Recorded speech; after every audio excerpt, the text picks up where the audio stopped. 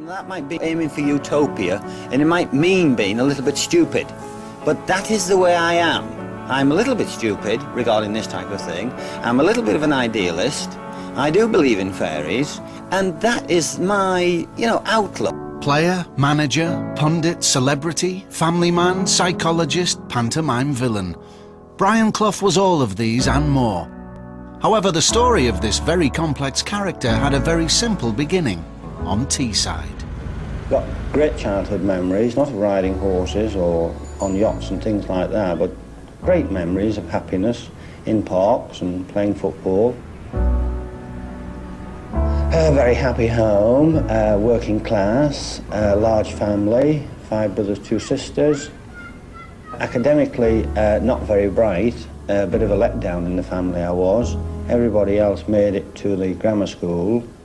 After 3 years of military service, Clough signed for his hometown club. Middlesbrough had a new leader of their attack. My fondest memories are when I was a player.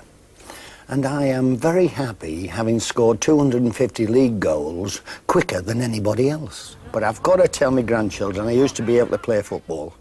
Hey, better than Greaves's record. And Jimmy was the best of all.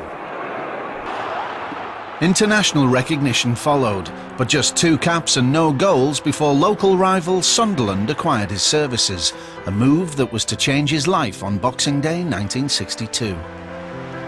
Well, the ball came forward and Brian was chasing and I came out and dived across him, which goalkeepers do, to block the ball. Brian came over the top of me. I knew it was serious, obviously, because somebody stuck me in hospital.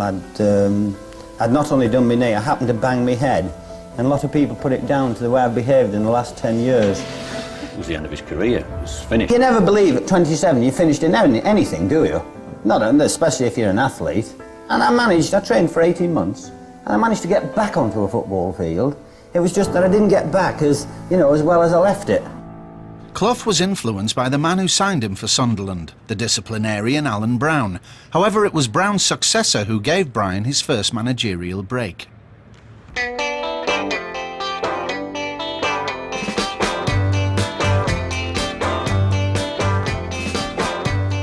To describe Hartlepool's football club as a tip would be giving a bonus to a tip.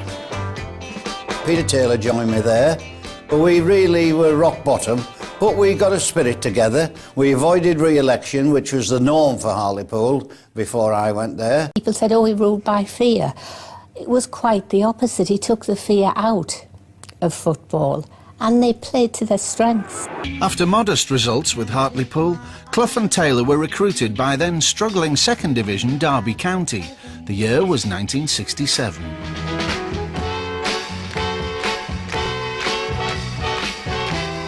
I've got my mind set on football. I know how I approach it, etc., etc. Make no difference whether it's Derby County or whether it's Liverpool. I came 18 months ago from Burton Albion to be with Brian Clough. Brian Clough, the man I know.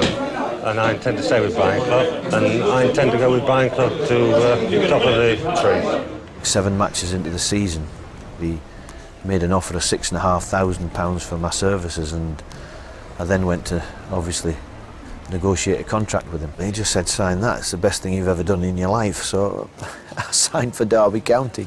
When he was bought from Hartlepool at Derby, one director said to me, what have you brought us? A splather-footed, innocuous, frail weakling and all that type of thing, which as opposed to the unlearned eye, that's exactly what he was. And it was a typical director's opinion. Clough rarely took notice of directors, instead relying on instinct and Taylor to secure the talent for success. In Derby's case, Spurs legend Dave Mackay. All the time I was there, we never had an argument. He never raised his voice. They were all there waiting for everything until the sun came out, and David Mackay and Willie Carlin was our sunshine. It's Mackay this time. And a goal! We've got a lot of character in the side. And if anything is going to win 2nd Division this season, apart from the normal skill and fight and all that type of thing, it's character. And I've got it, I think. A lot of people you claimed at the beginning didn't really give Derby County credit for winning it, but surely since then you've had your full acknowledgement, haven't you? There were a lot of silly people that didn't, Frank, yes. The more intelligent ones among you did. The title triumph proved a springboard that launched Brian from mere manager to celebrity. What makes me laugh? I mean, you have a sense of humour, obviously. I went to see you on Thursday night at Talk of the Midlands in Derby. I'm sorry, it was Mike Yarwood. People loved that aspect of him. They didn't know what he was going to say or what he was going to do. And I mean, the things he came out with, they did just spontaneously laugh. You know, they were funny. We're now not going home and enjoying it. We're not seeing as much football as we should, and we're getting too much of that, and I suggest you shut up and show more football. I criticised Sir Alf when he was on top. His character now will stand him in good stead because he's a bit of a stubborn bugger.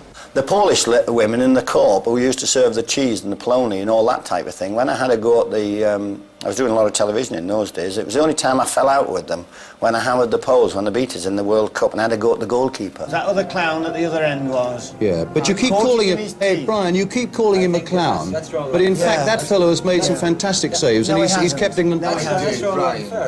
My portions of polony and cheese dramatically dropped overnight and the Polish ladies didn't speak to me for ages and ages, but I think they're forgiving me now. I resigned and they've accepted it. Peter and I are now officially finished with this Derby County Football Club. Can you tell us why you resigned? Brian, can you just answer? That is the last question. Thank you very much indeed. It was just incredible. There was Sam Longson taking the cheer of the crowd in one little area of the director's box, and Clough had sneaked in round the back, and of course the cheers were 3 times as loud for him. And there in the stand is Brian Clough. He just had to milk it, and he did. Clough then left for London and the Parkinson Show, where he was as forthright as ever. I would love a few chairmen on your programme occasionally. I believe the very sight of them brings the game into disrepute. And every time they open their mouths, it kills it. Under the old gaffer's watchful eye, Clough saw his first match in charge of Leeds descend into chaos. Clough won just 1 match at Leeds, and after 6 weeks he was axed. I think it's a very sad day for Leeds. I think it's slightly sad for football. After 4 months out of the game, Clough was back, and perhaps with a sense of déjà vu, as he took charge of second division strugglers Nottingham Forest. The dynamic duo did bring success. A 3rd place finish saw the Midlanders promoted to the First Division for the 77-78 season. Brian, he used to come and knock on the door at Middlesbrough, and he used to say, "Is Pete in?" And I said, "Yes, come on in, Brian." And he'd come in and they'd be talking football all night. How do you react though when someone, you know, from your playing staff comes in and says, "Boss, I think you're doing this wrongly"? Good. Well, I ask him which way he thinks it should be done. We get down to it, and then we talk about it for 20 minutes, and then we decide I was right. A statue of Clough stands in Nottingham town centre, and now the 2 families have successfully campaigned for one of Brian and Peter to be erected outside Pride Park in Derby. I remember going to a reserve match with them. I remember Peter, you know, hold it, push it, turn it. Hold it, hold it! He always came out with a quip to make Brian laugh. Yes, they did. And that was good, because you needed, I think that was part of the partnership. Yeah. You needed that. Yeah. They thought I was going to take over the Football Association if I'd have got the job. And they were right. The closest Clough ever came was an unsuccessful interview at Lancaster Gate in 1977. I feel the Football Association should have the best manager, and please don't ask me who that is. He was a rebel, and that's why he didn't get the England job. The 2 men met for the last time in an FA Cup tie in 1983 that saw Taylor's second division Derby overcome Clough's first division Forest. I must ask you, did you speak to Brian? No, I didn't seem to speak to him, no. Then poor old Peter died, and Brian had never made it up with him, and I think that had a great effect. I've missed him. He used to make me laugh. Did he? Hope he's all right.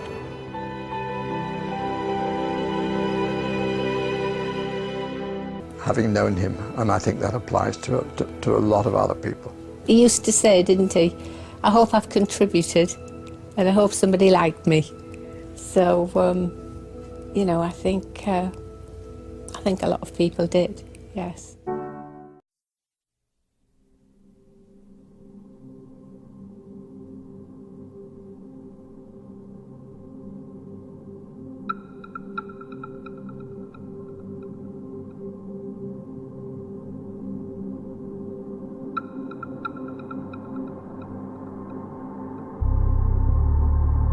LegalizeFreedom.com.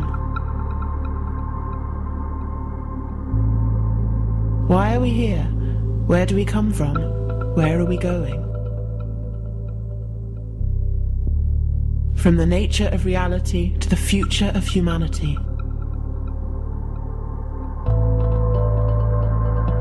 Beyond politics, poverty and war. LegalizeFreedom.com.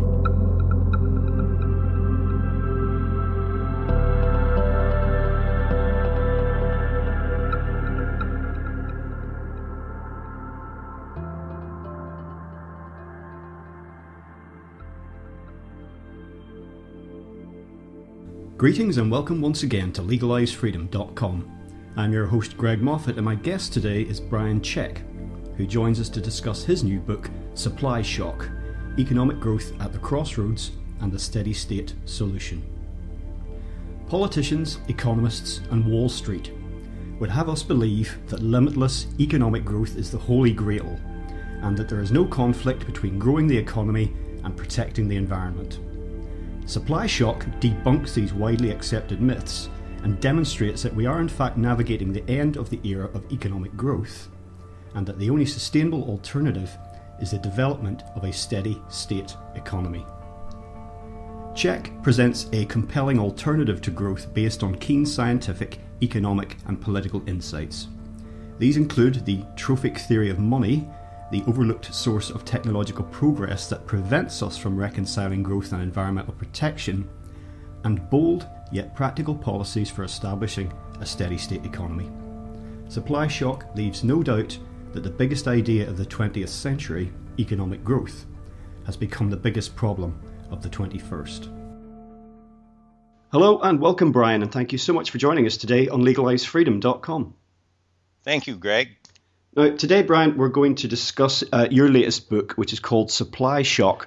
But perhaps before we do that, just for those who don't know, it's worth mentioning that you're the founder of the Centre for the Advancement of the Steady State Economy, and this is the leading organisation promoting the transition from unsustainable growth to a new economic paradigm. So before we get into the details of the book, perhaps you could just lay out, for those who are new to this, a few of the core concepts behind the idea. Well, the steady state economy, I think, is best understood by starting with reminding ourselves of what economic growth is. Economic growth is simply increasing production and consumption of goods and services in the aggregate. That's a key phrase I think that people tend to forget sometimes, in the aggregate. So it's not just the growth of the solar panel sector here while the oil sector is declining there. You know, that might or might not be part of a growing economy. But the main thing in economic growth is that you have increasing production and consumption of goods and services in the aggregate. And so that entails increasing population and or per capita production and consumption. And all of this is indicated by a growing GDP, or gross domestic product. So that's economic growth. And we've studied this to death in ecological economics. We know it is not sustainable, and the sustainable alternative then is the steady state economy. Actually, when you think about what the alternatives to growth are, there are but two basic alternatives. One is degrowth, and of course in the long run that's not sustainable either. So that leaves one other option, which is a stabilized or steady state economy. And based on our definition of economic growth, well, then a steady state economy is stabilized or mildly fluctuating production and consumption of goods and services in the aggregate. And so that entails a stabilized population and levels of per capita consumption. And all else equal, it's indicated by stabilized GDP. And yet, Brian, by far the dominant paradigm in the world today, particularly the industrialized West, is pro-growth. That only continuing, expanding economic growth is best for the well-being of all of us. And even in the wake of the financial crash of 07-08, we've seen contraction of economic growth. All we get now from economists, politicians, and business people, by and large, is got to get back to growth. It's still the dominant paradigm, despite all the warning signals and all the evidence coming in to the contrary. Yeah, it seems crazy, doesn't it? For people with backgrounds in ecology or natural resources or just the countryside, you know, this is a really crazy sort of approach to financial and fiscal crisis, is constantly pulling out all the stops for even more growth with desperate measures, you know, like Keystone pipelines. But the only way it can be explained is that economics is a profession that has come unrooted from the land, and the practitioners of economics in government service and also in corporate service, they are immersed and thoroughly subjected in their education to a paradigm that ignores land as a factor of production. To them, the basic production function is sort of central to their thinking, which is production is a function of capital and labor. And land was sort of left in the dust of classical economics of the 19th century. And it's been a horrible development for economics to the degree that it's supposed to reflect reality.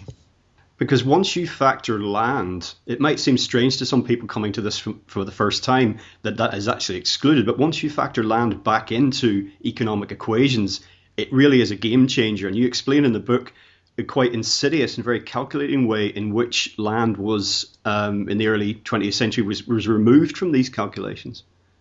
Yeah, that's right. This is a very overlooked episode in the corruption of economics. Those of us who look at the production function you see in a basic micro or macro textbook, this production is a function of capital and labor. We've wondered about this for years, for decades, I suppose. What happened to land in that production function?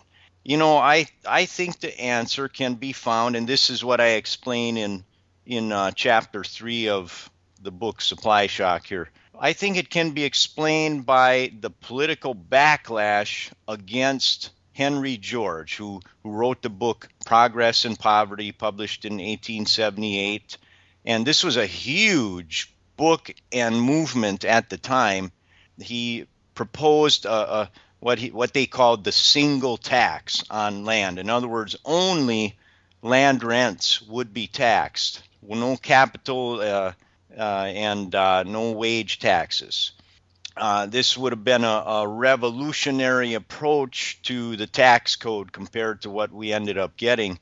In a sense, what Henry George was to the land baron of the late 19th century is akin to what Karl Marx was to the capitalist.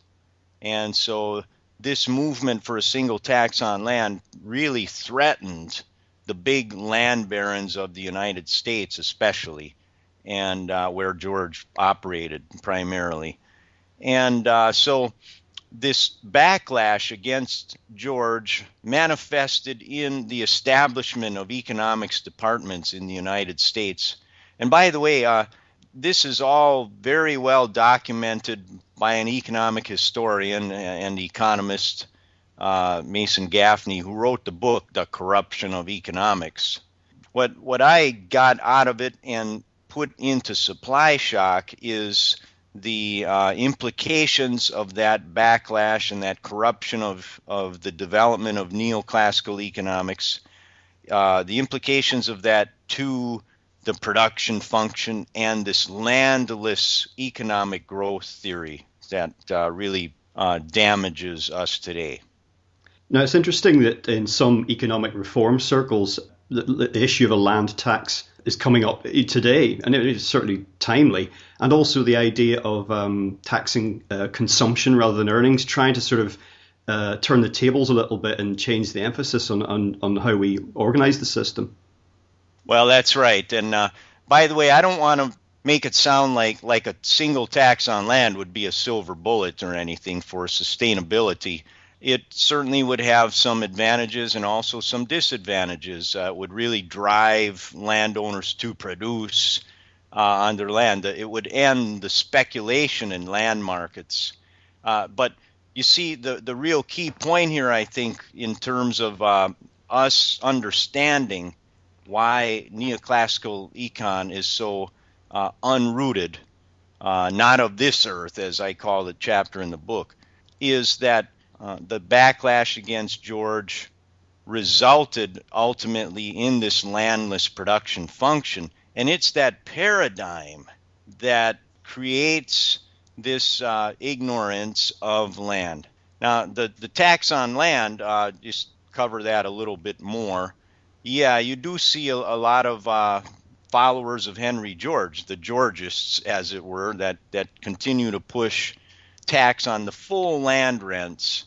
In other words, any advantage that a landowner would have by owning that property would be removed. Any financial advantage to that would be gone. It's virtually like socializing land, except that people would still have title to tracts of land. But once again, that does have a lot of advantages in terms of social justice and would solve a lot of problems. When it comes to, however, the establishment of a steady state economy, that would not be a panacea. It probably would be roughly neutral in terms of assisting in the establishment of a steady state. And we have a situation here, and you just brought to mind by what you just said, in the city where I live, a very beautiful place, but there are certain sections of the city centre which are owned by a big UK company called Land Securities. And they've owned this for years and years, I mean decades, and it's undeveloped and it looks really bad. And they applied at various stages to develop it in a certain way that they wanted to commercially, and the city wouldn't give them permission to do it their way. So they basically raised the middle finger and saying, fine, we'll just let this sit here and rot. Yeah, well, the middle finger would sure drop if there had been the George's tax on land rents. Now, we're talking about economics. There is, even amongst some so-called experts, ignorance about some of the actual genuine fundamentals, but certainly the public ignorance about economics is widespread. And I suppose it's not pitched to us as an interesting thing or something that we should take interest in. In fact, because it's so detached from reality, it seems very esoteric to us. I mean, I was taught, for example, I did economics at high school, and I was taught that a world of unlimited wants, unlimited goods, unlimited services was not only possible, but it was desirable. Yeah, well, I think that's a fairly common experience in the curricula in high school and college and universities, and that really does redound to that landless production function, that landless paradigm. That's one of the very reasons that this ecological economics movement got rolling in the latter decades of the 20th century. It was based on the recognition that neoclassical econ had really gone astray and was at this point in history with, as I call this point in history, supply shock in the aggregate, in the macroeconomic sense, with supply curves moving inward rapidly left and right.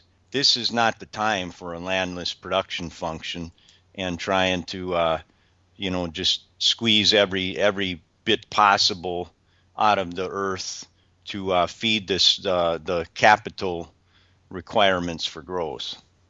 There's also the jaw-dropping revelation in your book that in some cases economics became detached from physical reality in order that economists could simplify their equations and kind of make them work, which is just insane.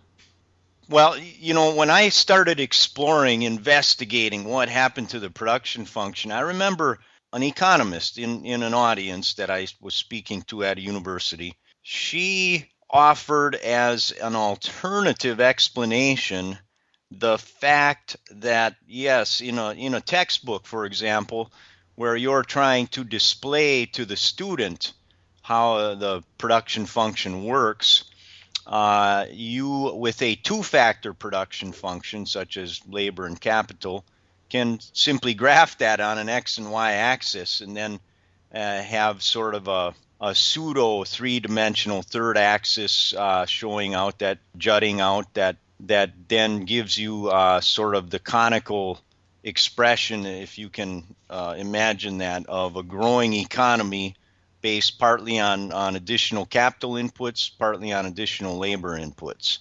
But you cannot take on another factor of production. That would make it three-dimensional, which you can't express in a textbook. So I don't know. I reject that explanation on the grounds that it's always labor and capital that are the two left standing, the two that are used. If neoclassical economics was rooted in reality and in the natural sciences, why then you would have several chapters that would, with the different combinations of the factors of production and the different graphs, and as well as the lengthy discussion of all three of the basic factors and the various tangents to them. Now, it's one thing to come to terms with the idea that endless economic growth needs to come to an end, but another wrinkle in this is that it can't be steady or sustainable from this point we are now. There does need to be some economic contraction. And you point out in an early chapter of the book, a lot of the systems that sustain society, particularly industrial society, I mean, water, quality of the soil, the food chain, oil production, energy in general, there's a lot of these areas are in crisis. And this is telling us something about, the perpetual growth model. But the idea of economic contraction, even relatively modest to try and get to a sustainable point, that's a very tough sell. When you appreciate the fact that politicians can't even contemplate the end of endless economic growth, never mind talk about sustainability. And at CASI, that's how we pronounce our acronym for Center for the Advancement of the Steady State Economy. It's sort of a motto in the background that we have is one paradigm shift at a time, because you're right, it's a tough enough sell to pitch the conscientious and intentional stabilization of GDP and the size of the economy, much less to slam the gears from forward to reverse on a dime and start intentionally contracting the size of the economy. And furthermore, in the long run, it is the steady state economy that's the only really sustainable option for maintaining a human economic system. So, we recognize at CASI, and we're very much collaborating with the degrowth movement, which you probably know about more than I do in Europe. La décroissance, they call it, I guess, in France. Pardon my bad French. But, I've been to some of their conferences, and they're very much on board with what we're doing, with our position on economic growth, that recognizes that there's a limit to growth, there's a fundamental conflict between growth and environmental protection, and that the onus at this point in history is really on the wealthiest countries to commence ratcheting down their growth rates, and then ultimately, probably, yes, going through some contraction so that other really, truly poverty-stricken countries that truly do need economic growth for a decent standard of living will have the capacity, considered in the global context, to do so. One of my pet peeves, something that I take great issue with, is in the black magic of the money markets. I mean, all the sort of speculation that goes on there, but particularly with derivatives. And derivatives are bad enough, but when they're resource-based, this, it seems to me, causes incredible distortions in price, and this really affects these markets. Now, some claim, the idea of futures, I can see how useful that could be, but derivatives in themselves do seem to have a terribly insidious effect overall. Yeah, well, they create this illusion that there is no limit to growth because you can, if you're into that sector, be making money with seemingly nothing happening except new calculations and new winnings in your gamblings, if you will. It's like being in a casino, but it is an illusion if you're thinking that everyone in that casino is going to be making more and more money. The winners in derivatives are countered by losers in other derivatives and other money markets. And meanwhile, Greg, it just doesn't reflect at all what's going on in the real world of the earth and the agricultural and extractive sectors that are the foundation of the real economy. By real economy, we have to remember there is something in our neoclassical textbooks that is at once profound and at once also recognized in ecological economics as horribly insufficient, and that's called the circular flow of money. Remember that thing? It's you've got the flow of real goods and services going in one direction in a circle. In the most basic diagram, you see it flowing between the firms and the households, showing your capital and labor. And in the other direction, you've got the money flowing for the acquisition of these goods and services, producer and consumer goods and services. This is a real profound diagram in the sense that you bet that monetary sector has to and does ultimately reflect the real sector. But when you start having crazy games with in the money markets with the derivatives and so forth, that money supply, the circular flow of money begins to expand outward and outward, and it's as if it is leaving planet Earth, and that's exactly what it is doing. And then that can't be sustained, and it bursts, and it, if you will, comes back down to Earth. And so that's pretty much explains in a nutshell what's happened with recent financial and fiscal crises. Have you looked at the issue of high-frequency trading? This is basically where computer software is used to trade stocks, and they can make buying and sell decisions in milliseconds. Because I was listening to something on this yesterday, and it seems that's another sort of piece of evidence for how detached from reality economics and money markets have become. These methods, computer-based methods to be able to capitalize, if you will, instantly on a shift in prices and so forth, why, I guess you can kind of envision that as a lot of roughly analogous to a sunspot activity on the surface of that circular flow of money. It's all kinds of little disturbances, but once again, it's got no reflection of what's truly happening. It's certainly not in a macroeconomic way now. It doesn't have the level of activity, the number of times the numbers get crunched and transactions occur with this computerized stock buying and selling.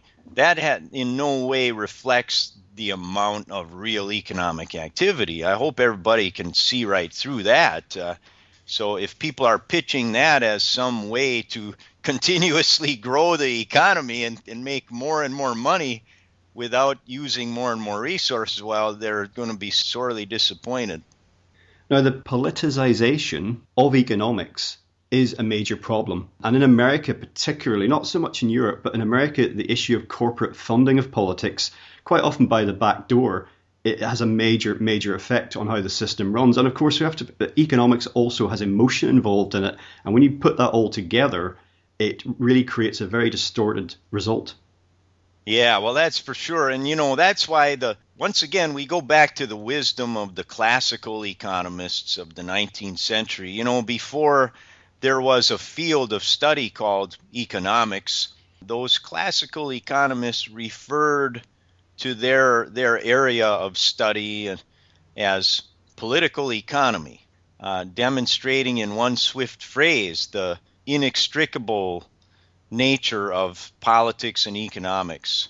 And you can see this when you look at the very definitions of the basic conventional definitions of economics and politics. They're virtually synonymous, except that with the definition of economics, it doesn't really put the emphasis on the social aspects of the allocation and distribution, the allocation of the means of production and the distribution of wealth. Whereas in politics, the basic definition is who gets what, when, and how. So these are inextricable systems, and so of course politics plays a major role in economic affairs and vice versa. Now, what a lot of people don't take into account, perhaps because they don't realize it, because they're not being told this by the media or by their mainstream politicians, is that GDP, gross domestic product, includes lots of bad things. It's basically just a crude measure of economic activity. So say, for example, you have a bird flu epidemic, then all the vaccines to treat sick people, all the ambulance journeys, all of that will increase GDP, but could hardly be claimed to be a good thing. And of course, the GDP figures are manipulated to some extent anyway, and they're really of limited use. There was that famous quote you're probably aware of from Bobby Kennedy, who basically said that, summed up by saying that GDP really doesn't measure anything that genuinely contributes to human well-being or happiness. I think we have to be a little bit careful on this subject, because it's true that, for example, if you're spending money on in the hospital, it's a negative experience for the patient to be there. But of course, if there is a cure provided, or that is a good thing. There's no doubt about that. So in GDP, there is a real mix of good and bad things that are all crunched up into the big number. But I think the real use of GDP for our purposes in this subject of sustainability and moving away from unsustainable growth to a sustainable, steady state economy is pretty easy to grasp. It is that GDP cannot continuously grow. It has got to stabilize at some point. There are some in the ecological economics movement, good friends of mine and colleagues, that would prefer to simply eliminate GDP entirely, on the grounds that, well, then you would take away the focus of continuously trying to grow that thing and therefore growing the real economy. But on the other hand, I feel that GDP it's in there for good, certainly for a long time to come. But let's start interpreting it differently. It's sort of like, I like to use the metaphor of the obese patient. If you're a doctor, you've got an obese patient. That patient needs to stop gaining weight. The last thing you're going to tell that patient to do is to throw away the scale. In fact, at this point, that patient needs the scale more than he or she ever has. They need to monitor that weight very closely. So when we've got a $70-some trillion global GDP, and we know that a sustainable global GDP is probably closer to 40-some trillion, why, we better keep measuring it, but interpreting the results with more and more alarm. And meanwhile, we've got to start using a blood pressure cuff and a stethoscope in addition to the scale to get other measures of this patient's health, so that we can, assess when we're doing the right and wrong things for the big patient, the economy, the people of the nation, the people of the planet. So things like the Genuine Progress Indicator, GPI, the Human Development Index, the Index of Sustainable Economic Welfare. These other indices we have to incorporate for a more holistic picture of the patient's health. Now, you also get into the issue of green growth, so-called, which is kind of an oxymoron. And most public-facing corporations these days have got some kind of green policy, perhaps a green department, green officer, green page on their website. And I was on the website of Mall of America the other day, and I was looking at their green credentials. And the main thing they were talking about was the sheer volume of stuff they were recycling, and that this actually was contributing to their green credentials. But The logic there is basically that the more stuff is consumed at Mall of America, the more recycling they can do, therefore the greener they are. Well, that brings up a whole other dimension of green, sort of like gagging green. That's embarrassing that we would have places like that in this country or anywhere that would be trying to pull the wool over our eyes that ridiculously. Technical development and innovation is an important aspect of growth, but there has been evidence now for some time that the rate and number of new innovations is declining. You know, the everyday perception is that technology continues to advance and more technological wonders are coming along every day, but really I think we have a misplaced faith in the ability of technology to solve every problem, and particularly to facilitate never-ending growth. That's for sure. And you know, this, I think, is the thing that I probably emphasize the most in supply shock. This is a really thorny issue. Technically, it's the single most complex issue that we have to deal with in sustainability and in steady state economics and in ecological economics versus neoclassical econ. I should maybe take a quick relevant diversion here and just point out, in case people haven't heard all these terms in the past, ecological economics is the primary ecologically informed alternative to conventional or neoclassical economics.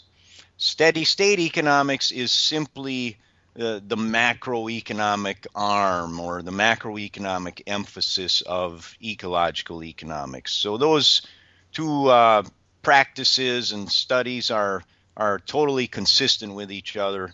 Now, going back to the issue of technological progress, what has long been overlooked in the studies and the conferences and the policies pertaining to science and technology is where the technological progress really comes from. It's not like manna from heaven, like it used to be talked about in earlier neoclassical growth models. And it's also not adequately explained in our state-of-the-art conventional or neoclassical growth models either. What gets overlooked is that it took a tremendous amount of resources to conduct the research and development to begin with. And more importantly, you had to have economic surplus in order to conduct the research and development to get the technological progress.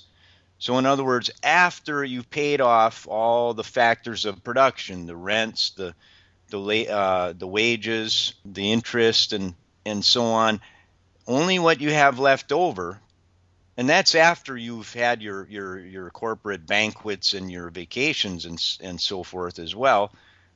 What you have left after all of that can be spent on R&D to generate technological progress, which then raises the bar for even more economic growth, theoretically, for some period of time. The problem is, where does that money really come from? Well, that's where you get in trouble with the landless production function, because you fail to recognize that the money itself, the amount of real money, which reflects, as we talked about earlier, that circular flow money, real money, meaning not inflated. Solid real money does reflect the amount of real economic activity occurring out there. And that real economic activity is founded upon the agricultural and extractive sectors. That's the foundation of the economy. And to have economic surplus to spend on R&D, a growing surplus to spend on more R&D to get more technological progress for more economic growth, you have to have an expanding agricultural and extractive presence on the land. And that's an expanding ecological footprint, and that is what is unsustainable. Now, since the advent of the internet, there's been a growing trend towards sharing information. A lot of it was quote unquote illegal, open source software. This does seem to me to be sort of the wave of the future, so to speak. And the problem for economic growthists in all of that is that the copyright and ownership of ideas is a very important aspect of, economic corporate activity and therefore growth. And this might seem perhaps like a side issue, but the reason I think it's important to consider is because in facing some of the ecological problems that we have on the planet, open source kind of work, sharing ideas, making technology available wherever it's needed, not wherever it can be afforded, is actually quite important consideration. Yeah, I agree. It's a bit of a conundrum, this issue of whether to protect the so-called rights of people to their people and firms to their intellectual property. And under the old paradigm, the growth-obsessed paradigm, you did that so that firms would have the incentive to invest in research and development. But I think that number one, what really again gets overlooked is whether it's open source or privatized or protected by patent or whatever, that part doesn't matter as much as the fact that you have to have more and more surplus at the agro-extractive base to get more and more research and development. And that is just what is not sustainable. The issue about patenting, whether or not to do that, whether to have copyright versus copyleft kinds of systems, that I think is more about economic justice and fairness and distribution of wealth than it is about sustainability. Although actually that you may be onto something there, Greg, because it's true that you do have to have an equitable distribution of wealth to have a fighting chance at a politically viable steady state economy as well. You can't settle into a steady state if the 99% is poverty stricken while you have 1% living like hogs. Where we've seen some problems, malfeasance in the corporate world, I think Enron springs to mind. One of the main issues, and this does affect discussions around growth and where we're headed, is the sort of lack of personal accountability quite often. I know people in Enron were jailed and what have you, but the general trend really is that lack of accountability results in corporations which seem to have the same legal rights as people do in many cases. They become this sort of pseudo entity, and that in itself causes this detachment from the outcomes of actions. It's quite common. We saw this in the banking crisis, that people at the tops of companies would cause enormous mayhem and destruction beneath them and then basically walk away with maybe a slap on the hand, but probably with their pension intact. In fact, there's a documentary I'd recommend for people if they haven't seen it called The Corporation. That came out in 2003, and it lays all of this out very clearly. Right, and sure, the whole too big to fail genre, it's sort of gotten away with. That this behavior is deemed relatively acceptable as part of this obsession with economic growth, because these figures that are allowed to get away with all these shenanigans are viewed as somehow having the ability more than anybody else to so-called stimulate further economic growth. That attitude itself, that opinion, that conclusion is way off base, because they don't have that capacity. That, in fact, it's the opposite. At this point in history, not understanding supply shock, they are the last ones that are going to help us out in the real sense of economic health. Population and economic growth are intimately linked, and we have the absurd situation where endless economic growth demands endless population growth. Now, if people think that endless economic growth is actually desirable or even possible, if you then say, it then demands endless population growth, that can bring people up sometimes because it's very obvious, well, that's just absolutely impossible, nor is it desirable. So therefore, we can work backwards from that and say, okay, well, we need to do something about unchecked economic growth.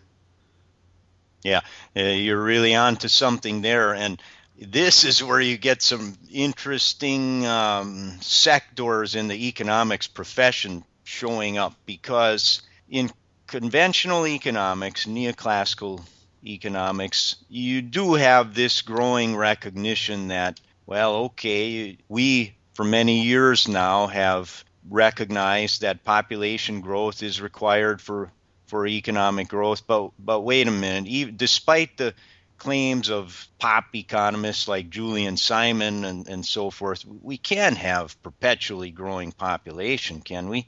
So what this one little sector in the economics profession has tried to develop or establish in principle is that, oh, wait a minute, we can have economic growth with a stabilized population. We just have perpetual growth in per capita production and consumption of goods and particularly services. Well, once again, it's not at all rooted in the reality of what is required for perpetual production and consumption of goods and services.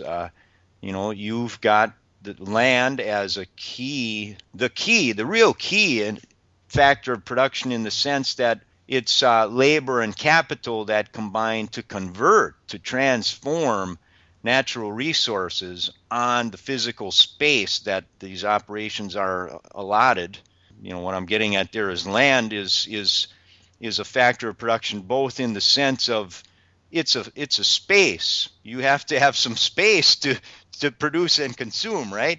But also it's the natural resources from that space that you bring into the production process, beginning with the most basic ones like water and oil. They have gone barking up the wrong tree. There's analysis of so many trees in neoclassical econ without seeing the forest, and this is just another example of that. I'm sure this would be an immensely complex calculation, but does anybody have any idea what sustainability for 7 billion people would actually look like? Can everyone have a car? Can everyone have a fridge? Can everyone have air conditioning? Can everyone have a bathroom they don't share with anyone else? Does everyone even have a sewage system? It seems impossible to envision. Yes, it does. And it's frustrating for those of us in ecological economics, because we're not funded to the hilt like neoclassical economics departments are, and so we can't get around to every research topic. But to the degree that this issue is studied, it's studied usually under the rubric or with the framework of a method called the ecological footprint, where you do ascertain the amount of acreage required for a certain level of economic activity.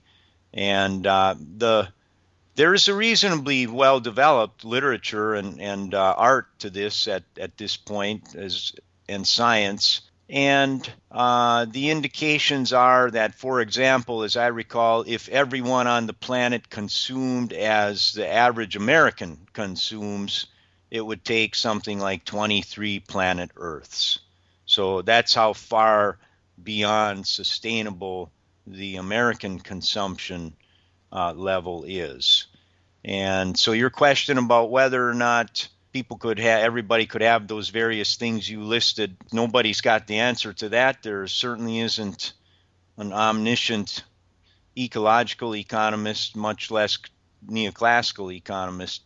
So we don't know that. But what we do have are indicators left and right of ecological unraveling. We've got a burgeoning list of threatened and endangered species in the U.S. and around the world. That's a clear set. These are like canaries in a coal mine, dropping left and right. If that doesn't tip us off that we're going beyond a sustainable level of economic activity, I don't know what else could. Now, I mentioned earlier the issue of emotion coming into economics, and kind of parallel with that, it seems to me that one of the big issues that human beings face when confronting all these issues is actually psychological.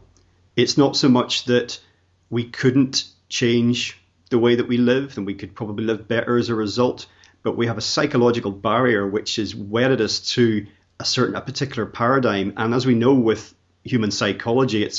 Our brains are rats' mazes, and it sometimes can be very, very difficult to get a rational outcome when you factor in human emotion. That's a real challenge. To the degree that we can't develop rational policies to deal with real problems, that's not something that would be limited, I suppose, to sustainability matters, but it's definitely a problem in a lot of policy issues. Certainly see that in the U.S. with a number of issues. So I think that to the degree we recognize that there's a lot of emotion that comes into this, and if we have endeavored to advance the steady state economy as a policy goal, we do have to connect then with these emotions. And we need to point out, for example, that we're not talking about tree hugging here. We're not talking about establishing a steady state economy just to stop endangering more and more species. I mean, that's part of it, of course. But what we're really talking about is not pulling the rug out from our own kids and grandkids. And if that doesn't get to the emotions of people when they look at their own kids and their own grandkids, well, then I guess there would be not much hope. And also it strikes me that if we could bring an end to, or as close to an end as we can get to, the cycle of boom and bust, we'd all be a lot better off. Because some people win, of course, in boom times, but so many people across the board lose in bust. We saw that with the financial crash, that's ongoing actually, which I mentioned earlier. But despite the contraction in economic growth since then, income equality is actually still on the rise. Wealth is becoming concentrated in fewer hands, and the liquidating class, as you called them, they're already in some parts of the world effectively paying security forces to suppress dissent against this situation. And I was reading the other day that in the US anyway, luxury brands such as Porsche and Rolex are doing better than ever.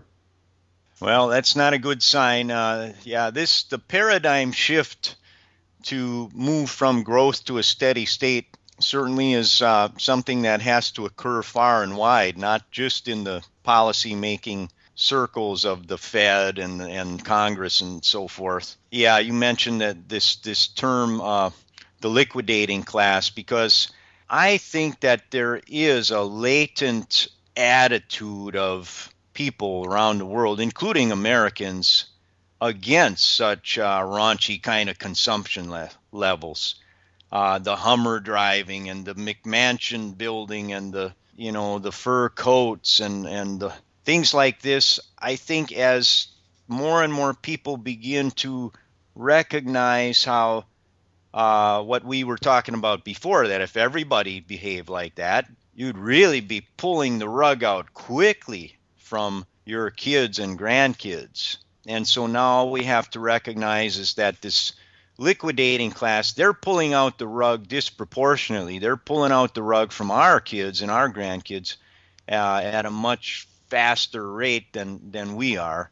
And so we have to avoid a civil war here based on consumption levels, but yet we do have to nudge the behavior of the conspicuous consumer downward, and in the process you would precipitate sort of a flattening of the levels of consumption, and where the average level would be declining, the propensity to consume would be declining. If you want to use Keynesian economics terms, you'd say the propensity to consume is declining, and so you would have a demand in the aggregate that would be more fitting with supply shock.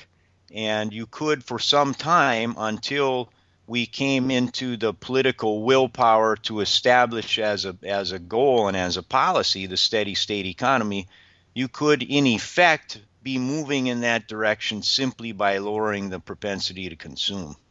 Well, you also point out in the book that sustainability, humans on the earth, it's not an unprecedented state of affairs. In fact, if you look back across millennia, it appears to be the norm, and many indigenous societies even today live in a sustainable fashion.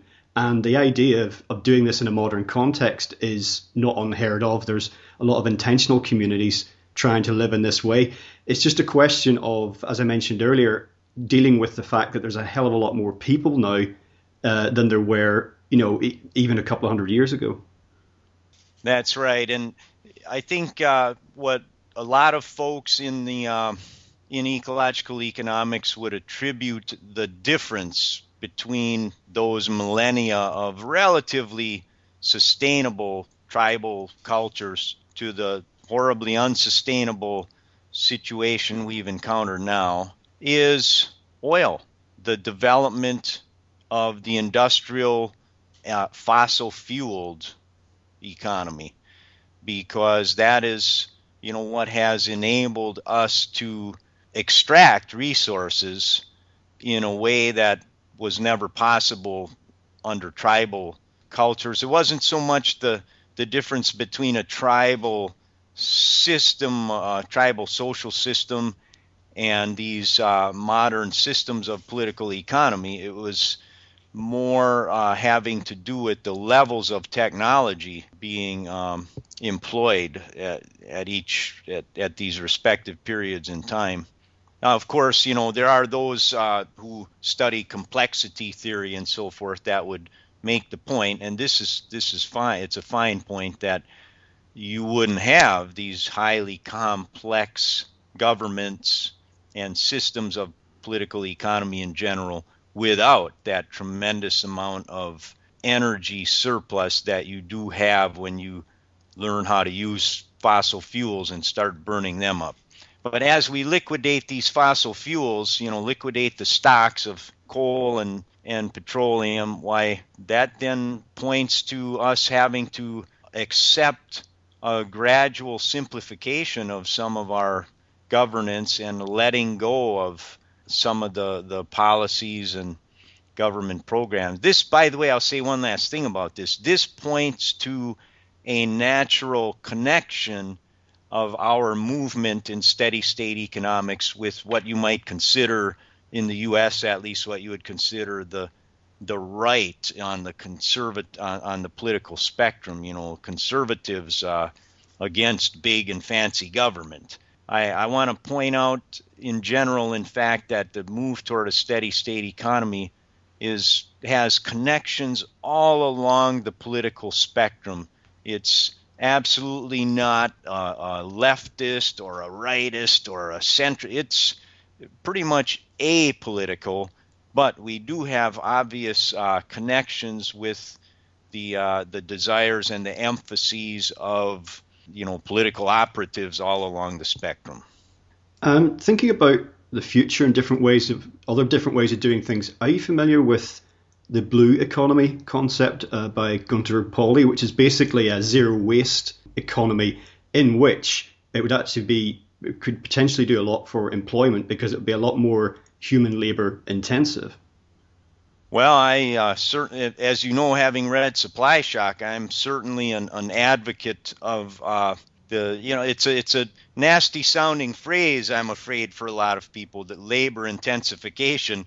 But we should point out what we mean by that is putting people back to work in meaningful jobs. Like in the United States during the Great Depression, one thing that moved it back toward a steadier state was the establishment of the Civilian Conservation Corps, where young people were hired to do really very meaningful work, construction of infrastructure and buildings in places like national parks and national forests that we still see standing today and take great pride in, pride of workmanship.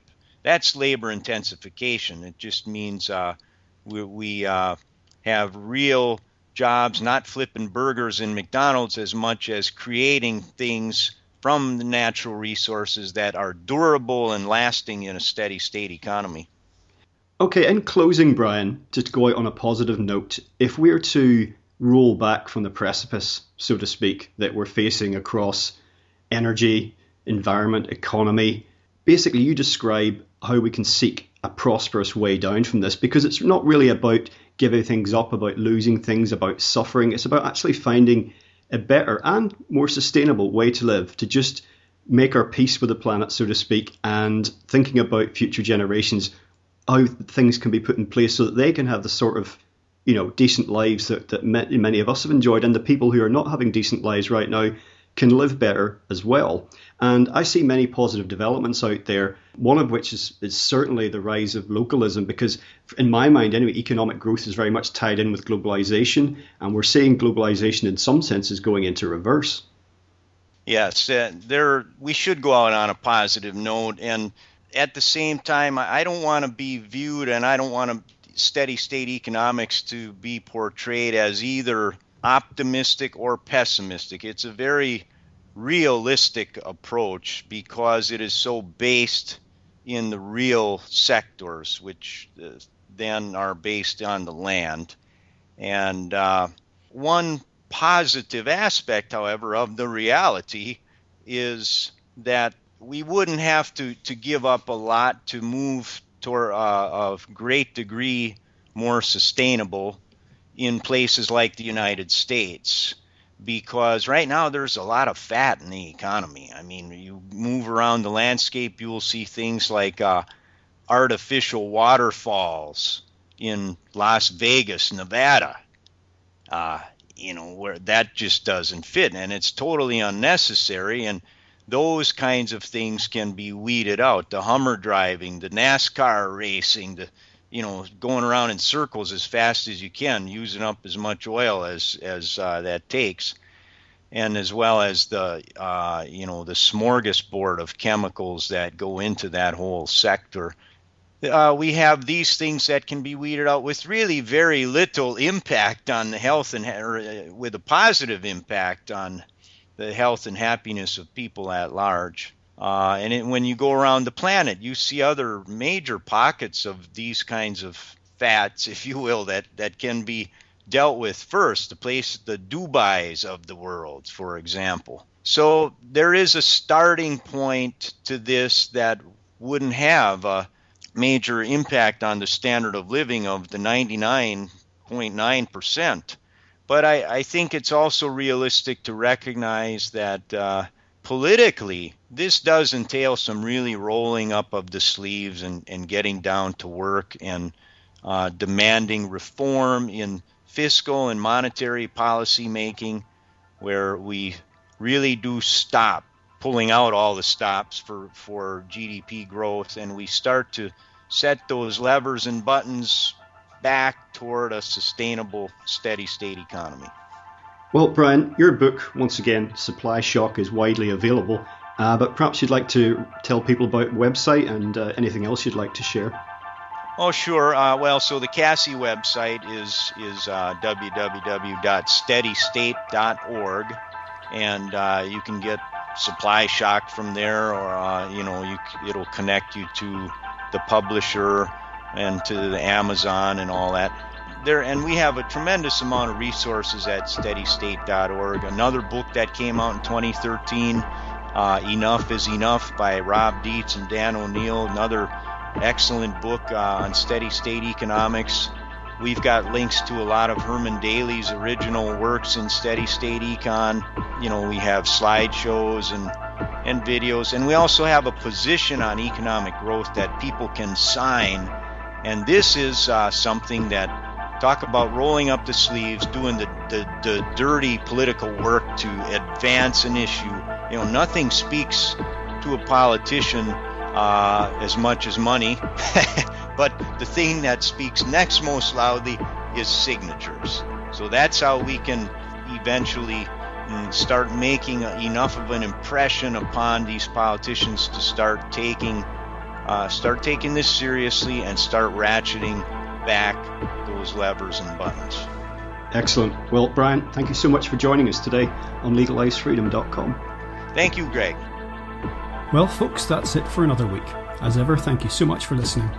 If you enjoy the show, please check out the website. That's LegalizeFreedom.com, legalize-freedom.com, where you'll find an archive of programmes offering alternative views on a wide range of topics, including world affairs, politics and economics, science and technology, religion and spirituality, conspiracy, and alternative history. You can also browse and buy a range of books and DVDs from our guests, and if you're feeling generous, make a donation to help keep the site up and running. Until next time, I'm Greg Moffat, and you've been listening to LegalizeFreedom.com.